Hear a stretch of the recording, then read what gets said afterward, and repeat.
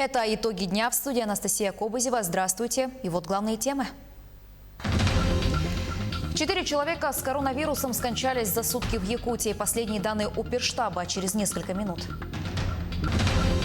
Якутская городская дума приняла бюджет города Якутска до 2023 года, на что увеличит расходы. Набережную города открыли в Покровске. Как теперь выглядит любимое место жителей. Центр занятости Мирного переходит на новый формат работы. Фронт-офис начал свою деятельность. В Ленске возобновили перевозки между селами. Правда, только на предновогодний период. Нерюнгринский колледж обучает школьников медицинским специальностям. И все это благодаря уникальному сетевому проекту.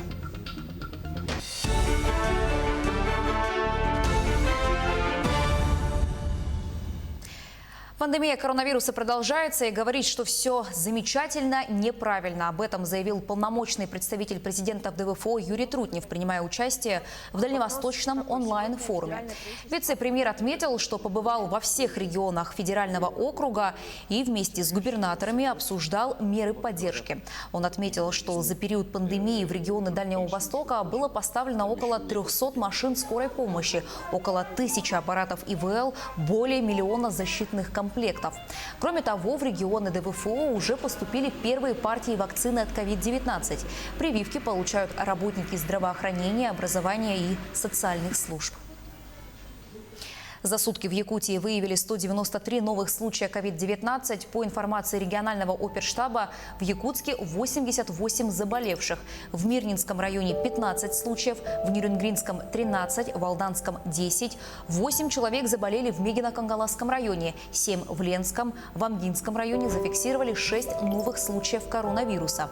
В большинстве остальных районов выявили от 1 до 5 заражений COVID-19. 4 человека с коронавирусом скончались за сутки. Органы местного самоуправления, сами по себе исполнители непосредственно указа главы Республики Саха-Якутия не допускали собственной интерпретации или разъяснения, или комментирования указа в части как проведения новогодних утренников среди детей, так и корпоративов, которые должны проводить, которые, как правило, по желанию проводятся в общественных организациях. Основная цель указа – снизить количество заражений и не допускать больших групповых заражений как таковых.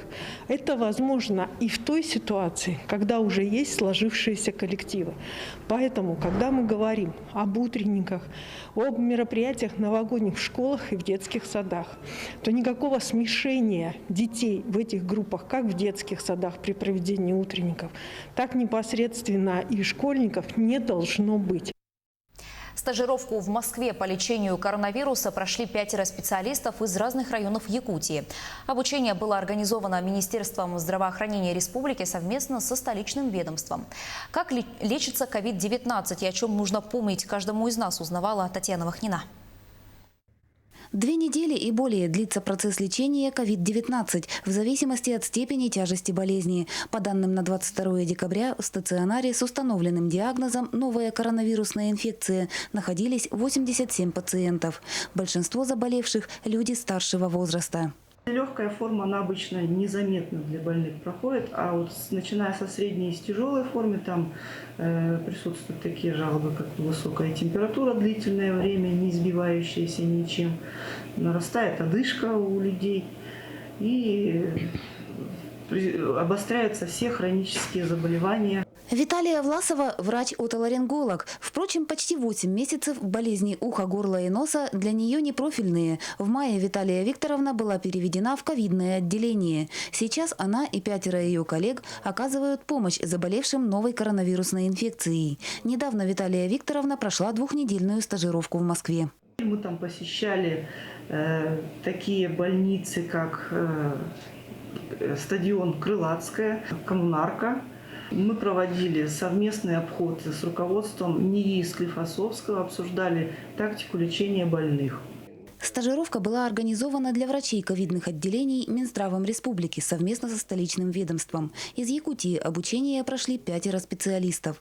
Обмен опытом оказался ценным. Впрочем, Виталия Власова отметила, что в лечении коронавируса алданские медики придерживаются абсолютно верной тактики. Вот этот обмен опытом, конечно же, понадобится и нашей практической работе в Алданском районе. Хочется отметить, что и уровень подготовки наших специалистов, которые посетили ведущие медицинские организации нашей страны, тоже является высоким. По данным Роспотребнадзора, по Алданскому району в настоящее время на самоизоляции находятся более 1000 человек. Контакты вновь выявленных заболевших локализуются.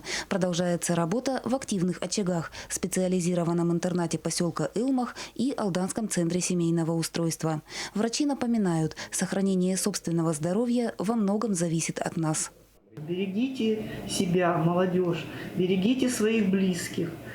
Носите, пожалуйста, все маски и перчатки. Специалисты отмечают, что относительно соблюдения мер безопасности алданцы стали более дисциплинированы. В основной массе люди соблюдают масочный режим. В общественных местах выдерживают дистанцию, осознают важность обработки рук. Однако иногда нарушения предписаний все же имеют место. Татьяна Вахнина, Алдан.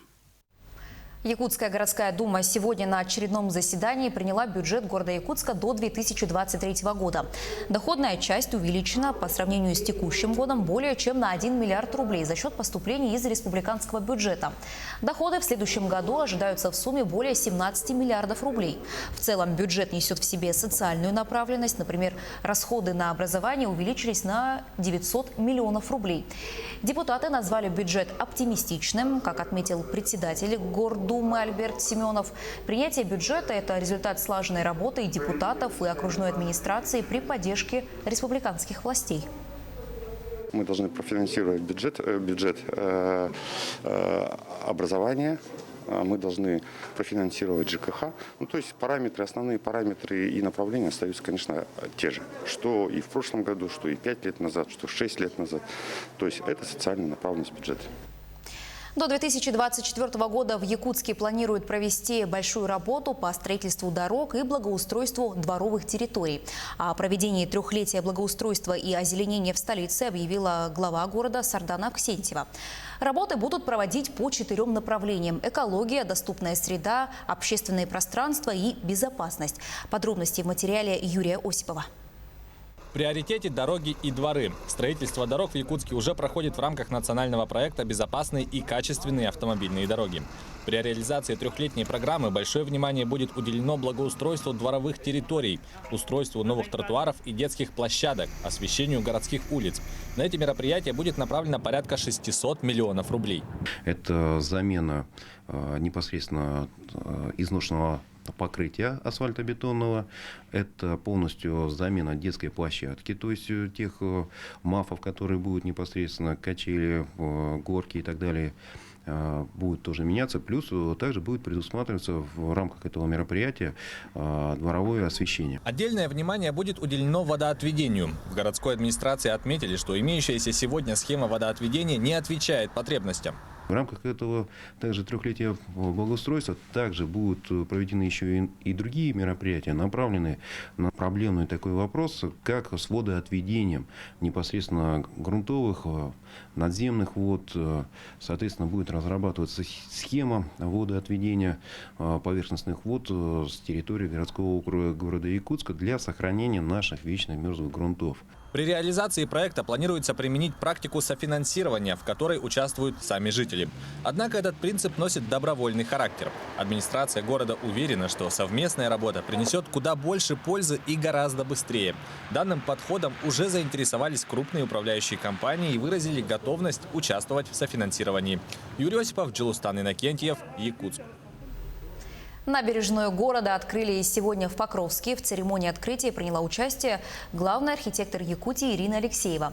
Разговоры о благоустройстве набережной велись еще с 2017 года. И вот, наконец, планы притворились в жизнь. Подробности у Виолетты Засимовой. Прошлым летом стало известно, что проект благоустройства набережной Покровска стал победителем всероссийского конкурса лучших проектов создания комфортной городской среды и получит федеральную поддержку в размере 40 миллионов рублей. Над реализацией проекта трудилась большая команда, состоящая из госслужащих, архитекторов, проектировщиков, краеведов и строителей. Возглавила команду главный архитектор Якутии Ирина Алексеева. На торжественном открытии в благодарность за оказанную помощь глава Покровска Петр Гермогенов вручил ей знак «Почетный житель города Покровска». И я хочу поблагодарить, конечно же, администрацию города Покровска, которые смогли привлечь очень большое количество людей. Я помню, как мы впервые собирались здесь в Саргыт-Хюльгете, и люди просто пришли, и я думаю, что тогда люди и не верили, что это вообще может быть реализовано. Протяженность набережной 502 метра. Состоит она из 3 функциональных зон – событийная, фудкорт и спортивная. Последняя зона еще в процессе строительства пользовалась большим успехом у детей и молодежи, так как в ней расположены тренажеры для воркаута, баскетбольное поле и самый крупный в республике роллердром. Строительство и монтаж объектов набережной осуществляло муниципальное автономное учреждение «Городская среда». Это же учреждение в дальнейшем будет заниматься вопросами содержания набережной. Как вы видите, саму набережную, она в прекрасном состоянии. И все, что мы возили, все материалы оборудования сертифицированы, таких как FK Рамский, Группро и Наш двор. Это все очень хорошие, можно сказать, оборудование. На данный момент все строительные и монтажные работы завершены. Осталось дело за озеленением в теплое время года. И следующим летом набережная предстанет перед жителями и гостями города во всей красе. Виолетта Засимова, Федор Тарасов, Хангаласский улус. Сейчас короткая реклама, а далее смотрите на нашем телеканале. Центр занятости Мирного переходит на новый формат работы. Фронт-офис начал свою деятельность. В Ленске возобновили перевозки между селами, правда, только на предновогодний период. Нюрнбергский колледж обучает школьников медицинским специальностям. И все это благодаря уникальному сетевому проекту. Это итоги дня. Мы продолжаем выпуск. Алроса вступает в 2021 год с позитивными прогнозами. Глава Якутии Айсен Николаев сегодня рассмотрел предварительные итоги финансово-хозяйственной деятельности группы компании «Алроса» за этот год и планы на следующий. Компания не снизила социальные обязательства, остались в силе все экологические мероприятия, несмотря на тяжелейшую ситуацию на рынке. Об этом заявил генеральный директор, председатель правления компании «Алроса» Сергей Иванов. В эти месяцы руководство компании проводит активный поиск новых инструментов и подходов к торговле. Впервые «Алроса» начала активно внедрять цифровые просмотры и продажи алмазов. Компания, в отличие от прошлых кризисов, сумела обойтись без мер господдержки.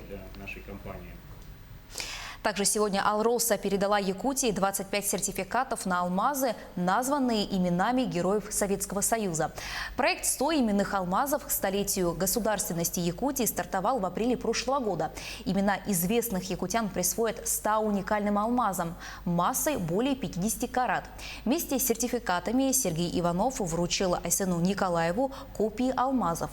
Руководитель республики отметил, что они будут храниться в музеях районов, откуда ушли на фронт героя. В Якутске наградили победителей регионального этапа всероссийского конкурса СМИ «Медиатек-2020». Всего поступило более 50 работ. Основная цель конкурса – стимулирование роста профессионализма энергетических компаний в области информационного освещения своей деятельности, популяризация профессии топливно-энергетического комплекса и повышение значимости роли труда энергетиков. Напомним, всероссийский конкурс «Медиатек» проводится с 2015 года при поддержке Минэнерго России. Мы заняли первое место в номинации «Лучшая районная газета» регионального этапа. На конкурсе «Медиатек» мы представили проект «Энциклопедия юного энергетика». Полоса, она выходила несколько раз в месяц и рассказывала детям об энергетике, что такое энергетика, и энергетика – это жизнь. В игровой форме и научно-популярно. Мы стараемся максимально принимать участие в разных конкурсах и очень рады, что приняли участие именно здесь. Завтра в 12 часов по местному времени глава Якутии Сын Николаев огласит свое ежегодное послание Государственному собранию Илтумен. Руководитель региона обозначит стратегические направления социально-экономического развития республики на ближайшую и долгосрочную перспективу. Также Сын Николаев озвучит ряд актуальных тем, решение которых потребует консолидации деятельности регионального правительства и парламента, органов местного самоуправления, предприятий и организаций, а также общественности республики. Прямая трансляция послания будет вестись на телеканалах НВК «Саха» и «Якутия-24», а также на волнах радио «Тетим» и на страницах социальных сетей главы республики. Председатель правительства Якутии Андрей Тарасенко ознакомился с деятельностью национальной вещательной компании «Саха». Он посетил основные аппаратно-студийные комплексы, павильон для прямых эфиров, музей, студии телеканала «Якутия-24» и радиовещания. А также он осмотрел оснащение и материально-техническую базу всей компании.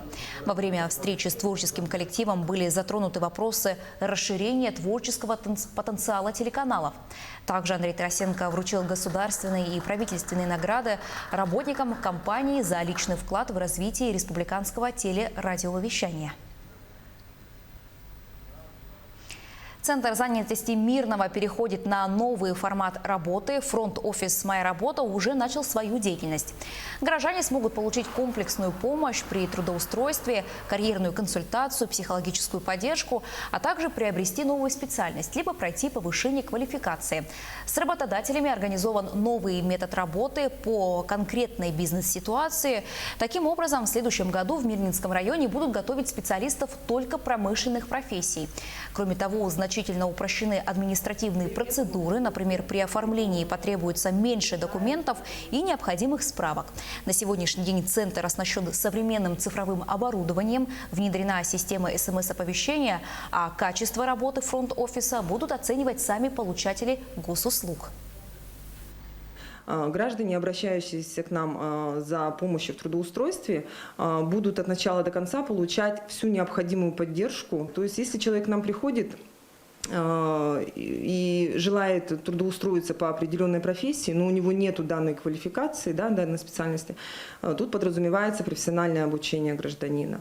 Далее мы рассматриваем граждан, имеющих образование, но не имеющих каких-то дополнительных, допустим, навыков. Мы тоже тут будем рассматривать повышение квалификации данных граждан. Психологическая поддержка, оказание услуги по социальной адаптации, профессиональной ориентации – это все доступно для наших клиентов. И, возможно, не каждый гражданин, ищущий работу, вообще обратиться в центр занятости. Мы же хотим выглядеть в глазах людей уже современным офисом. В Ленске по решению главы района на предновогодний период возобновлены перевозки между селами. С 21 декабря автобус курсирует от районного центра до близлежащих сел. И каждый день он уезжает полностью заполненный. Светлана Балеева с подробностями. Приятным подарком в канун Нового года для жителей поселков стало возобновление межселенных перевозок. Как и прежде, их осуществляет МКУ «Гранит». Действуют маршруты уже более 2 лет по 6 направлениям. Чемча, Артанахар, транзит через Северную Нюю, в поселок Дорожный, Бичинча и Мурия. И каждый из них пользуется спросом. Так, например, до поселка Бичинча уехать всегда много желающих. И в этот раз в автобусе заняты все места. В ожидании были этого чуда, и наконец-то автобус возобновил свои рейсы. И я как руководитель, я очень часто езжу в город, бывает такое, потому что и как депутат, и как руководитель, поэтому приходится часто, и мне без автобуса, честно, было очень тяжело. Сейчас, наконец-то, рейс возобновлен, полная машина народу, все счастливы и довольны. Записаться в очередь жители стараются заблаговременно, чтобы в нужный момент попасть в город и успеть сделать все запланированные дела. Тем более, что на данный момент неизвестно, как будут осуществляться перевозки после Нового года. Все зависит от эпидемиологической ситуации в районе. Решением оперативного штаба Ленского района с 21 декабря возобновлены перевозки по населенным пунктам между городом Ленском и деревнями. И в дальнейшем у нас пока до 31 декабря перевозки будут осуществляться. Дальнейшее, конечно, будет зависеть от эпидемиологической ситуации, как будет развиваться. Рекомендации для МКУ «Гранита» было даны соответствующие, чтобы все санитарные нормы были, чтобы пассажиры сидели в масках, да, и вот эти все санитарные нормы были соблюдены. Напомним, что в связи с ухудшением ситуации с новой коронавирусной инфекцией в районе межселенные перевозки по решению главы района были отменены месяц назад, чем жители были очень огорчены, ведь для многих автобус был единственной возможностью выбраться в город. Когда не было автобуса, было очень тяжело. Просились, не все брали, это понятное дело, всех водителей понятно, почему не брали, но было такое, что тяжеловастенько было всем. Сегодня жители сел надеются, что межселенные перевозки возобновлены не на предновогодний период, а все-таки останутся на постоянной основе. Светлана Балеева, Виталий Андреев, Ленск. Ниренгринский колледж обучает школьников медицинским специальностям. Выпускники получают не только аттестат, но и квалификационное свидетельство младшей медсестры или младшего медбрата. И все это благодаря уникальному сетевому взаимодействию образовательных учреждений. Тамара Игнатьева продолжит тему. 17-летний Давлет на экзамене продемонстрировал, как проводить сердечно-легочную реанимацию. Это только часть того, чему он научился за время курсов. Для юноши, который с 5 лет мечтает стать врачом, этот проект стал первым шагом в реализации его давней мечты. Этот курс дал мне, так скажем, жизненный опыт, который мне далее по моей профессии, он мне пригодится. Это небольшое начало хорошего пути, который я собираюсь преодолеть. С 2017 года Ниренгринский медицинский колледж начал реализацию уникального проекта «Медицина не работа, а призвание». Он направлен на усиление профориентационной работы среди воспитанников детских садов и школьников. Благодаря ранним пробам профессии и уже действующей программе 1,5 года назад стартовал новый проект медицинских классов.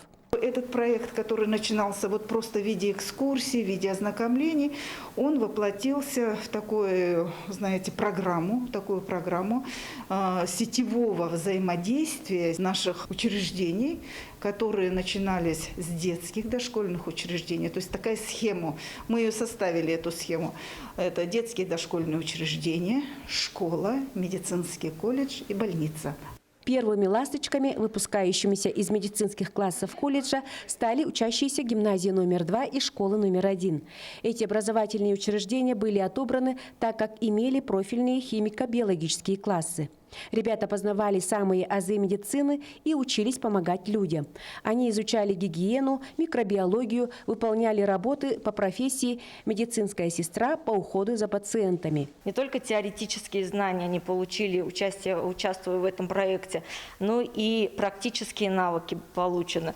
И, безусловно, вот этот выпуск детей, он несколько другой. То есть чаще всего дети, обучаясь, например, в профильном классе, они меняют свой выбор в дальнейшем, то данная группа детей, они, безусловно, уже другие, и они точно будут поступать в медицинские вузы. Те, кто успешно сдал экзамены, в конце декабря получат сертификат о присвоении квалификации младшей медицинской сестры или младшего брата.